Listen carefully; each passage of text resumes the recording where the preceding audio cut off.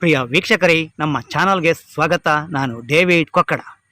ನಾವು ಕಾಳು ಮೆಣಸಿಗೆ ಮತ್ತು ಕೃಷಿಗೆ ಮತ್ತು ಜಲ ಸಂರಕ್ಷಣೆಗೆ ಸಂಬಂಧಪಟ್ಟಂತಹ ಬಹಳಷ್ಟು ವಿಡಿಯೋಗಳನ್ನು ನಮ್ಮ ಚಾನಲ್ನ ಮೂಲಕ ನಿಮ್ಮ ಮುಂದೆ ತರ್ತಾ ಇದ್ದೇವೆ. ಪ್ರಿಯ ವೀಕ್ಷಕರೇ, ಒಂದೆರಡು ವರ್ಷಗಳ ಹಿಂದೆ ನಾನು ಪೈಪಿನಲ್ಲಿ ಕಾಳು ಮೆಣಸು ಎಂಬ ಒಂದು ವಿಡಿಯೋವನ್ನು ಮಾಡಿ ನಮ್ಮ ಯೂಟ್ಯೂಬ್ ಚಾನಲ್ಗೆ ಅಪ್ಲೋಡ್ ಮಾಡಿರುತ್ತೇನೆ.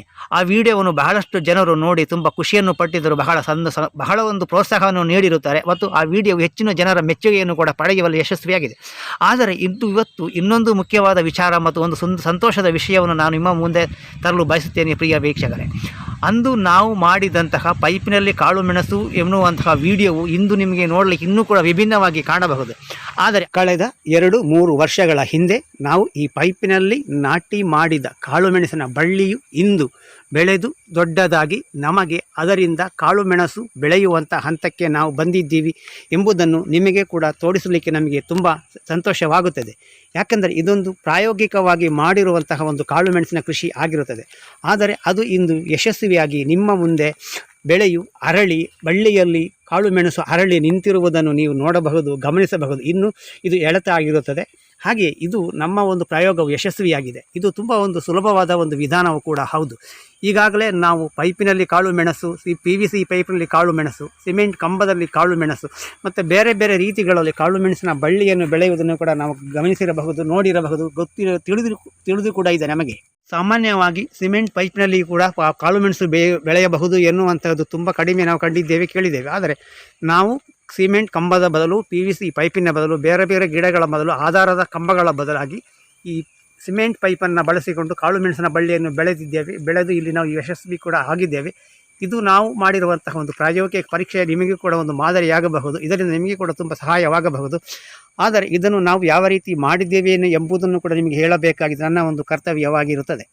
ನಾವು ಖಾಲಿ ಸಿಮೆಂಟ್ ಪೈಪನ್ನು ಮಣ್ಣಿನಲ್ಲಿ ಸಿಮೆಂಟ್ ಪೈಪನ್ನು ಈ ರೀತಿಯ ಕಂಬದ ಹಾಗೆ ಮೊದಲು ಮಣ್ಣಿನಲ್ಲಿ ಹೂಳಿ ನಾಟಿ ಮಾಡಿದ ಹಾಗೆ ಇದನ್ನು ಹೂಳಿರುತ್ತೇವೆ ಅಥವಾ ಇದನ್ನು ನಿಲ್ಲಿಸಿರುತ್ತೇವೆ. ಗುಂಡಿಯನ್ನು ತೋಡಿ 1.5-2 ಅಡಿ ಅಗಲದ ಗುಂಡಿಯನ್ನು ತೋಡಿ ಹೂಳಿ ಅದರ ಬುಡವನ್ನು ಸ್ಥಳವನ್ನು ಗಟ್ಟಿ ಮಾಡಿರುತ್ತೇವೆ. ನಂತರ ಈ ಸಿಮೆಂಟ್ ಪೈಪಿಗೆ ನಾವು ನಮ್ಮ ಪಕ್ಕದಲ್ಲಿಯೇ ನಾವು ಇಂಗುಗುಂಡಿ ಇರುತ್ತದೆ. ಇಂಗುಗುಂಡಿ ನಾವು ಜಲ ಸಂರಕ್ಷಣೆ, ಮಳೆ ನೀರು ಕೊಯ್ಲು ಎಲ್ಲ ಮಾಡುವುದರಿಂದ ನಮ್ಮಲ್ಲಿ ಹೂಳಿನ ಮಣ್ಣು ಬಹಳಷ್ಟು ಲಭ್ಯ ಇರುತ್ತದೆ. ಆದ್ದರಿಂದ ಆ ಹೂಳಿನ ಮಣ್ಣನ್ನು ಈ ಸಿಮೆಂಟ್ ಪೈಪಿನ ಒಳಗೆ ಹಾಕಿದ್ದೇವೆ. ಹಾಗಾಗಿ ಅದು ಇನ್ನೂ ಸ್ವಲ್ಪ ಇದರ ಬೆಳವಣಿಗೆಗೆ ತುಂಬ ಸಹಕಾರವಾಗಿದೆ. ವೇಗವಾಗಿ ಬೆಳೆಯಬಹುದು ಅಥವಾ ಪೈಪ್ನಲ್ಲಿ ತಂಪು ಇರಬಹುದು ಅಥವಾ ತೇವಾಂಶನ ಕಾಪಾಡಲಿಕ್ಕೆ ಒಂದು ಹಂತದಲ್ಲಿ ಸಹಾಯವಾಗಬಹುದು. ಇನ್ನು ಮೇಲ್ಭಾಗದಲ್ಲಿ ನೋಡಿದ್ದೀರಾ ಯಾವ ರೀತಿ ಹೋಗಿದೆ ಅಂತ. ಇದು ಈ ರೀತಿ ಮೇಲ್ಭಾಗದವರೆಗೆ ಹೋಗಿ ಹಬ್ಬಿದೆ. ಇನ್ನು ಅಲ್ಲಿಂದ ಮೇಲಕ್ಕೆ ಹೋಗಲಿಕ್ಕೆ ಅವಕಾಶ ಇಲ್ಲ. ಬೇಕಾದರೆ ಇನ್ನೂ ಕೂಡ ನಾವು ಪೈಪನ್ನು ಕೊಟ್ಟು ವಿಸ್ತರಣೆಯನ್ನು ಮಾಡಿಕೊಳ್ಳಬಹುದು. ಇಲ್ಲ, ನಾನು ಅದನ್ನು ಮಾಡಿಕೊಳ್ಳಲಿಕ್ಕೆ ಹೋಗುವುದಿಲ್ಲ. ಇಲ್ಲಿ ಅದೇ ಒಂದು ಹಂತಕ್ಕೆ ನಾನು ನಿಲ್ಲಿಸಿ ಇದನ್ನು ಸುತ್ತಲೂ ಇನ್ನೂ ಆದಷ್ಟು ಹಬ್ಬುವ ರೀತಿಯಲ್ಲಿ ನೋಡಿಕೊಳ್ಳುವುದು. ಮತ್ತು ಮೇಲ್ಭಾಗದಲ್ಲಿ ಒಂದು ಕಬ್ಬಿಣದ ಒಂದು ಪ್ಲಸ್ ಅಥವಾ ಕ್ರಾಸ್ ಆಕಾರದ ಒಂದು ರಚನೆಯನ್ನು ಮಾಡಿ ಅದರ ಮೇಲಕ್ಕೆ ಇಟ್ಟುಕೊಟ್ಟರೆ ಅದರ ಮೇಲೆ ಬಳ್ಳಿ ಹೋಗಿ ಕೆಳಗೆ ಬಂದು ಮತ್ತು ಇದರ ಮೇಲೆ ಸುತ್ತಲೂ ತಿರುಗಿಕೊಂಡು ಮೇಲೆ ಕೆಳಗೆ ಹೋಗಿಕೊಂಡು ಇದೇ ಪೈಪಿನಲ್ಲಿ ವಿಶಾಲವಾಗಿ ಹಬ್ಬಿಕೊಂಡು ನಮಗೆ ಮುಂದಿನ ದಿನಗಳಲ್ಲಿ ಇನ್ನೂ ಉತ್ತಮ ರೀತಿಯಲ್ಲಿ ಕಾಳು ಮೆಣಸಿನ ಹೆಚ್ಚಿನ ಪ್ರಮಾಣದಲ್ಲಿ ನೀಡಬಹುದು ಎನ್ನುವಂಥ ನನ್ನ ಒಂದು ನಂಬಿಕೆಯಾಗಿರುತ್ತದೆ. ವೀಕ್ಷಕರೇ, ಇದು ತುಂಬ ಸುಲಭವಾದ ಒಂದು ಕೆಲಸವಾಗಿದೆ, ತುಂಬ ಸುಲಭವಾದ ಒಂದು ವಿಚಾರ ಕೂಡ ಆಗಿದೆ. ಇದೇನು ದೊಡ್ಡ ಒಂದು ವಿಷಯ ಏನೂ ಅಲ್ಲ, ಯಾರು ಬೇಕಾದರೆ ಮಾಡಬಹುದು. ಆದರೆ ಮಾಡುವಾಗ ಮೊದಲಿಗೆ ದೊಡ್ಡ ಪ್ರಮಾಣದಲ್ಲಿ ಜಾಸ್ತಿ ಹಣವನ್ನು ಖರ್ಚು ಮಾಡದೆ ಸರಳವಾಗಿ ಸುಲಭವಾಗಿ ಮೊದಲಿಗೆ ಒಂದು ಪ್ರಾಯೋಗಿಕವಾಗಿ ಮಾಡಿ ನೋಡಿ. ನಿಮ್ಮ ಭೂಮಿಯಲ್ಲಿ ನಿಮಗೆ ಒಗ್ಗುವಂತೆ, ನಿಮ್ಮ ಕೈಯಲ್ಲಿ ಆಗುವಂತೆ ಮಾಡಿ ನೋಡಿ. ಯಶಸ್ವಿಯಾದ ನಂತರ ಹೆಚ್ಚಿನದನ್ನು ಮಾಡುವುದು ಸೂಕ್ತ ಎನ್ನುವಂಥದ್ದು ನನ್ನ ಒಂದು ಅಭಿಪ್ರಾಯವಾಗಿರುತ್ತದೆ. ಪ್ರಿಯ ವೀಕ್ಷಕರೇ, ಆದರೆ ಅಂದು ನಾವು ನಾಟಿ ಮಾಡಿದಂಥ ಕಾಳು ಮೆಣಸು ಇಂದು ನೋಡಿ ನಟ್ಟು ಬೆಳೆಸಿ ಅದು ಇಂದು ಅದರಲ್ಲಿ ಕಾಯಿ ಬಿಡಲಿಕ್ಕೆ ಪ್ರಾರಂಭವಾಗಿರುತ್ತದೆ. ನೋಡಿ, ಆ ಕಾಳು ಮೆಣಸಿನ ಬಳ್ಳಿಯಲ್ಲಿ ಇವತ್ತು ಕಾಳು ಮೆಣಸು ಬೆಳೆಯಲಿಕ್ಕೆ ಪ್ರಾರಂಭವಾಗಿರುತ್ತದೆ. ಪ್ರಿಯ ವೀಕ್ಷಕರೇ, ನಮಗೆಲ್ಲರಿಗೂ ತಿಳಿದಿರುವಂತಹ ಸಾಮಾನ್ಯವಾಗಿ ಕಾಳು ಮೆಣಸನ್ನು ಗ್ಲಿರಿಸಿಡಿಯ ಮರ, ಗೊಬ್ಬರದ ಮರ ಅಥವಾ ಹೀಟುಕೋಲ್ ಎಂದು ನಮ್ಮ ಭಾಗದಲ್ಲಿ ಹೇಳುತ್ತಾರೆ. ಅದರಲ್ಲಿಯೂ ಕೂಡ ನಾವು ಕಾಳು ಮೆಣಸನ್ನು ಬಳ್ಳಿಯನ್ನು ಬೆಳೆದಿದ್ದೇವೆ. ಅದೇ ರೀತಿಯಾಗಿ ನಮ್ಮಲ್ಲಿರುವಂತಹ ಎಲ್ಲ ರೀತಿಯ ಮರಗಳಲ್ಲಿಯೂ, ತೆಂಗಿನ ಮರಗಳಲ್ಲಿ ಇದು ನೋಡ್ತಿರುವಂಥದ್ದು ತೆಂಗಿನ ಮರ. ಈ ತೆಂಗಿನ ಮರದಲ್ಲಿ ಮೇಲುಭಾಗದವರೆಗೂ ಬಳ್ಳಿ ಹಬ್ಬಿಕೊಂಡಿರುತ್ತದೆ.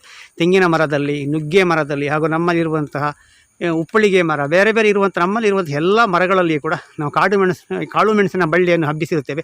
ಅದೇ ರೀತಿ ರಬ್ಬರ್ ಮರದಲ್ಲಿ ಕೂಡ ಒಂದಷ್ಟು ಕಾಳು ಮೆಣಸಿನ ಬಳ್ಳಿಯನ್ನು ಬೆಳೆದಿರುತ್ತೇವೆ.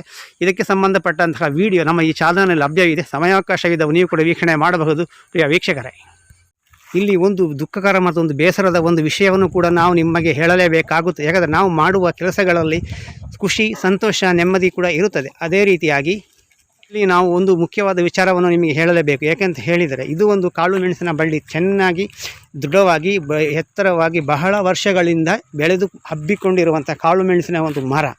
ಇದು ಗ್ಲಿರಿಸಿಡಿಯ ಮರ ಆಗಿರುತ್ತದೆ. ಇದು ತುಂಬ ವರ್ಷಗಳ ಕಾಲ ನಮಗೆ ಒಳ್ಳೆಯ ಕಾಳು ಮೆಣಸನ್ನು ನಮಗೆ ಅದು ಕೊಟ್ಟಿದೆ. ಇದರಿಂದ ಒಳ್ಳೆಯ ಆದಾಯವನ್ನು ಕೂಡ ನಾವು ಪಡೆದುಕೊಂಡಿರ್ತೇವೆ. ಆದರೆ ದುರದೃಷ್ಟವೆಂದರೆ, ಬೇಸರವೆಂದರೆ, ಇತ್ತೀಚಿನ ಮೊನ್ನೆಗೆ ನಮ್ಮಲ್ಲಿ ಸುಳಿದಂಥದ್ದು ನಮಗೆ ನಮ್ಮ ಪ್ರದೇಶಗಳಿಗೆ ಬೀಸಿದ ಒಂದು ಗಾಳಿಯ ಒಂದು ಪರಿಣಾಮದಿಂದ ಇದು ಈಗ ನೆಲಕ್ಕೆ ಅಪ್ಪಳಿಸಿ ಬಿದ್ದಿದೆ.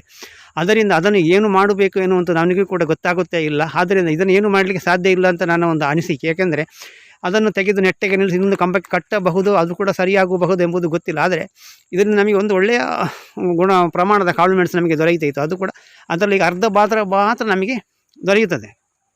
ಹಾಗಾಗಿ ಇದರ ಬಗ್ಗೆ ಜಾಸ್ತಿ ಏನು ಯೋಚನೆ ಮಾಡಿ ಪ್ರಯೋಜನ ಇಲ್ಲ. ಈ ರೀತಿಯ ನಷ್ಟಗಳು, ಕಷ್ಟಗಳು, ಲಾಸುಗಳು ಆಗುವುದು ಕೃಷಿಯಲ್ಲಿ ಸಹಜ ಇದ್ದಿದೆ. ಹಾಗಾಗಿ ಹೋಗಿ ಹೋಗ್ತದೆ, ಏನೂ ಮಾಡಲಿಕ್ಕೆ ಆಗೋದಿಲ್ಲ. ಹಾಗೆ ಇದು ಕೂಡ ಕೃಷಿಯಲ್ಲಿ ಈ ರೀತಿ ಕೂಡ ಸಂಭವಿಸುತ್ತದೆ ಎನ್ನುವಂಥದ್ದು ನಾನು ನಿಮಗೆ ಹೇಳುವ ದೃಷ್ಟಿಯಿಂದ ನಾನು ಈ ಒಂದು ಮರದ ಬಗ್ಗೆ ಕೂಡ ನಿಮಗೆ ಬಿದ್ದು ಹೋಗಿ ಹಾಳಾಗಿರುವಂಥ ಮರದ ಬಗ್ಗೆ ಹೇಳ್ತಾ ಇದ್ದೇನೆ. ಆದರೆ ಇದನ್ನು ಬೇರೆ ಯಾವುದೇ ರೀತಿಯಲ್ಲಿ ಕಾಪಾಡಿಕೊಳ್ಳಲಿಕ್ಕೆ ಸಾಧ್ಯವಾದ ಅದನ್ನು ಕೂಡ ನಾವು ಪ್ರಯತ್ನ ಮಾಡುತ್ತೇವೆ. ಹಾಗೆ ನಾವು ಮಾಡಿ ಅದು ಯಶಸ್ವಿ ಆದರೆ ಅದ್ರ ಬಗ್ಗೆ ಕೂಡ ನಿಮಗೆ ವಿಡಿಯೋ ಮಾಡಿ ಹೇಳುತ್ತೇನೆ. ಕಾಳು ಮೆಣಸಿನ ಬಳ್ಳಿಯನ್ನು ನಾಟಿ ಮಾಡಿ ಬೆಳೆಸಿ ಒಂದು ಹಂತಕ್ಕೆ ತರಬೇಕಾದರೆ, ಒಂದು ರೀತಿಯಲ್ಲಿ ಹೇಳಬೇಕಾದರೆ ಅದು ಒಂದು ಸಾಹಸವೇ ಸರಿ. ಯಾಕೆಂದರೆ ಒಮ್ಮೊಮ್ಮೆ ಅದು ನಾಟಿ ಮಾಡಿದ ತಕ್ಷಣ ಅದು ಬೇಗನೆ ಬಂದು ಬಿಡುತ್ತದೆ, ಒಮ್ಮೊಮ್ಮೆ ಒಣಗಿ ಹೋಗುತ್ತದೆ, ಒಮ್ಮೊಮ್ಮೆ ಕೊಳೆತು ಹೋಗುತ್ತದೆ, ಒಮ್ಮೊಮ್ಮೆ ಅದು ಬರಬೇಕಾದ್ರೆ ತುಂಬ ಸಮಯ ತೆಗೆದುಕೊಳ್ಳುತ್ತದೆ. ಅದರ ಬೆಳವಣಿಗೆ ಆಗುವಂಥದ್ದು ಮಳೆಗಾಲದಲ್ಲಿ ಮಾತ್ರ ಒಳ್ಳೆಯ ಬೆಳವಣಿಗೆ ಆಗುತ್ತದೆ ಮತ್ತು ಬೇಸಿಗೆಗಾಲದಲ್ಲಿ ನಮ್ಮಲ್ಲಿ ಅದರ ಬೆಳವಣಿಗೆ ತುಂಬ ಕಡಿಮೆ. ಯಾಕೆಂದರೆ ನಮ್ಮಲ್ಲಿ ಇರುವಂಥ ಯಾವುದೇ ಕೃಷಿಗೆ ನಾವು ನೀರನ್ನು ಕೊಡುವುದಿಲ್ಲ, ಬಹುತೇಕ ಗೊಬ್ಬರವನ್ನು ಕೂಡ ಕೊಡುವುದು ಇಲ್ಲ. ಹಾಗಾಗಿ ತೆಂಗಿನ ಮರಕ್ಕೆ ಮಾತ್ರ ಗೊಬ್ಬರ ಕೊಡುತ್ತೇವೆ. ನೋಡಿ, ನೀವು ನೋಡ್ತಾ ಇರುವಂಥ ತೆಂಗಿನ ಮರದಲ್ಲಿ ಮೊದಲಿಗೆ ತುಂಬ ದೊಡ್ಡದಾದ ರೀತಿಯಲ್ಲಿ ಬಳ್ಳಿಗಳು ತುಂಬ ಹಂಬಿಕೊಂಡಿತ್ತು.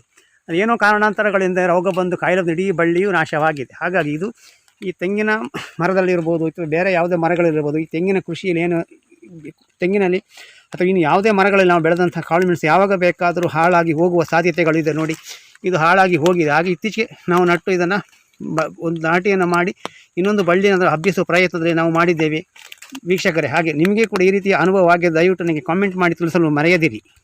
ಇದು ನಮ್ಮಲ್ಲಿ ಇರುವಂತಹ ಒಂದು ಅಡಿಕೆ ಮರ. ಈ ಅಡಿಕೆ ಮರದಲ್ಲಿ ನಾವು ಹಿಂದೆ ಕಳೆದ ವರ್ಷ ಕೂಡ ಕಾಳು ಮೆಣಸಿನ ಬಳ್ಳಿಯನ್ನು ನಾಟಿ ಮಾಡಿದ್ದೆವು. ಕಳೆದ ವರ್ಷ ನಾಟಿ ಮಾಡಿದಂಥ ಕಾಳು ಮೆಣಸಿನ ಬಳ್ಳಿಯು ಏನೋ ಕಾರಣ ಏನಾಗಿದೆಯೋ ಗೊತ್ತಿಲ್ಲ, ಅದು ಒಣಗಿ ಹೋಗಿರುತ್ತದೆ. ಅದಾದ ನಂತರ ಈ ವರ್ಷ ಕೂಡ ನಾಟಿ ಮಾಡಿದ್ದೇವೆ.